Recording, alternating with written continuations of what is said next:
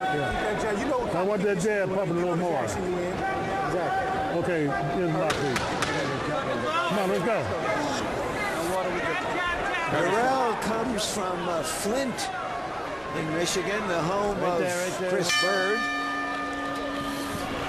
another southpaw boxer. Now Stevenson's corner told him the right thing to do. He's got to put him up against the ropes. He's got to get a little bit reckless, not allow Andre Dirrell to really do what he wants to do out there. Make it a difficult time for him. Lennox, how does the shorter Stevens work his way inside that jab and get inside? Well, he's doing the right thing, and he definitely needs to cut off the ring. He's following him around a bit too much.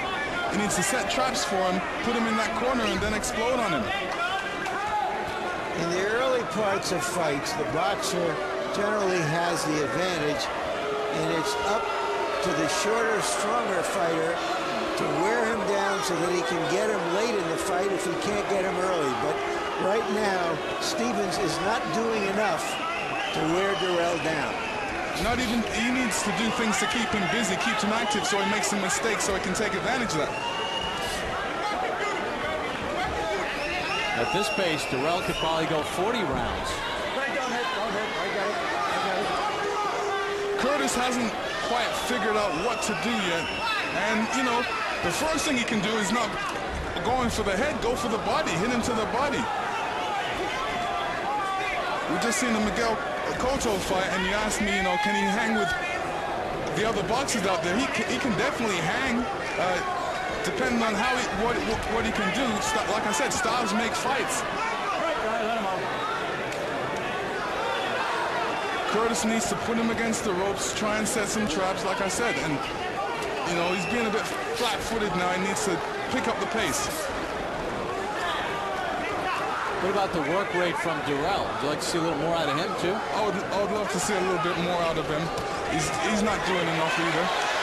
Maybe he just got a good shot right there. Maybe that's a wake-up shot.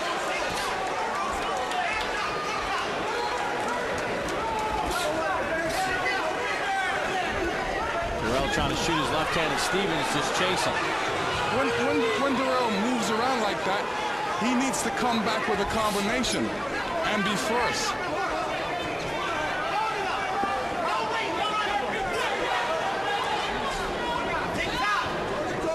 A lot of posturing.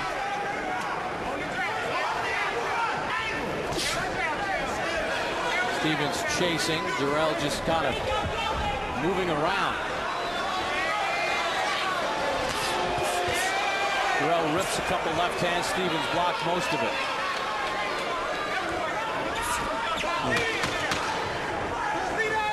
See, every time he turns Curtis around, he needs to come back with another shot. But he's comfortable just moving away and letting Curtis come back to him. The crowd here at the Mohegan Sun not pleased with the work effort from Andre Dirrell or Curtis Stevens. Keep that jab in his face.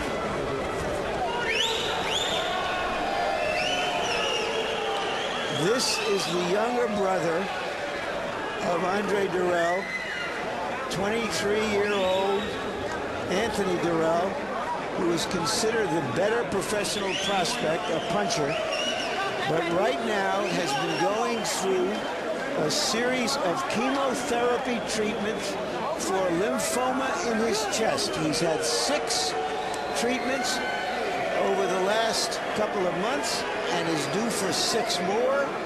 His career is in jeopardy, although he says he is working out every day except for sparring.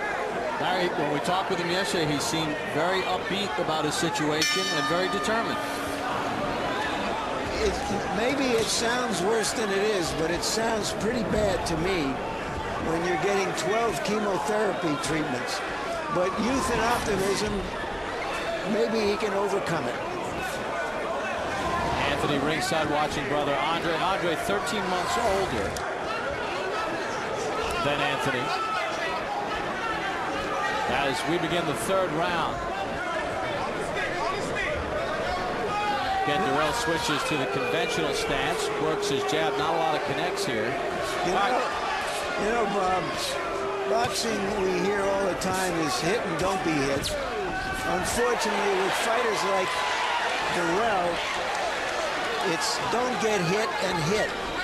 The hitting part comes second. Not getting hit seems more important to him than hitting. And that's why you get fighters like this. Shot to the body by Stevens. Caught Dirrell in the midsection. Alex, is this where when Stevens gets in it, he cannot allow himself to get tied up? No, I mean, Dirrell did a good job, and good amateur fighters, which he's got a great amateur background, learn to, you know, when you get against the ropes, don't let that shorter guy take advantage of you. Tie him up, turn him around, and push him against the ropes. You know, but a remark he made earlier says part of the trouble that Stevens is happening, and he had over 250 amateur fight. He's never been a big, tall guy. You would think he knows how to cut off the ring, and he doesn't seem to. This is something his corner should really tell him, you know, cut off that ring, don't allow him to dance. I'm sure they worked on it in the gym, but he needs to apply it in the ring right now. This is the 12th professional fight for Dirrell. The best competition he's been in against. The same could be said for Stevens, who's been in against a bunch of guys that come in on last notice and late notice and come in and give an effort. So both guys, Larry, you mentioned at the beginning, this is a test for both.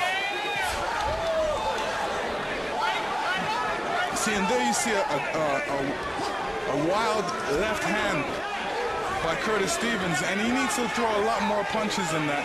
You know, right now he's concentrating on trying to get closer to Dirrell, but Dirrell's got such good foot movement that it's difficult for him.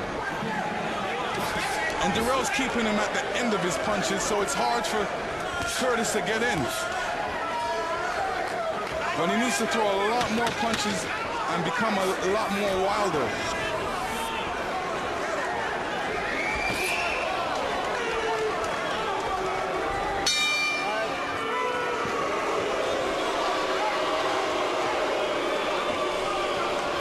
Wednesday night, catch the next installment of Real Sports. Among the stories of profile on Joakim Noah, who led the Florida Gators to back-to-back NCAA basketball championships, and whose father, former tennis star Yannick, was a cultural icon in his native France.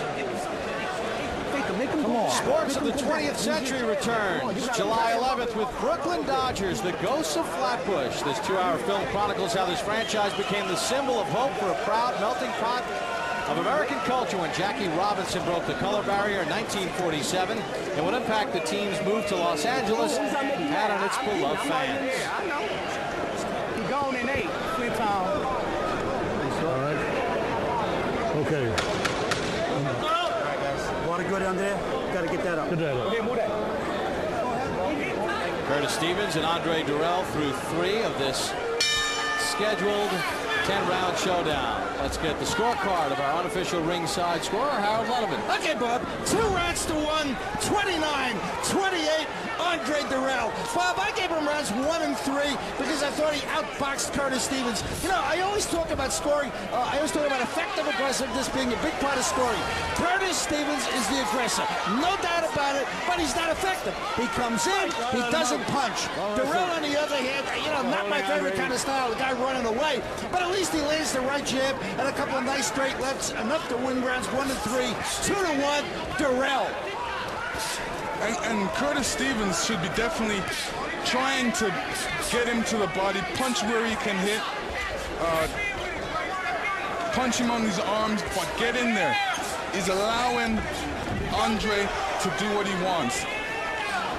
He doesn't seem to be able to get inside of Dirrell, and that's because he doesn't have great upper body and head movement so that he can come forward without fear of getting hit by every punch that is aimed at him. Well, that's where the foot movement comes in, something to work on. You know, how you get from point A to point B is moving those, shuffling those feet quickly, getting in there and exploding, throwing some combinations. Right now he's just head hunting. He's not even going to the body, not even trying to hit him around the body area.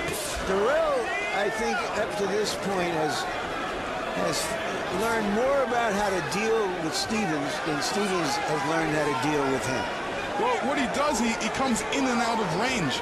He knows his range. He knows where he can be more effective. He knows where he can score his points. He knows how to get out. It almost seems, Lennox and Larry, that Dirrell had his plan on how to deal with the shorter, powerful Stevens and Richard Flaherty. You're going to pull that back. You're measuring him like that, right? Pull it back.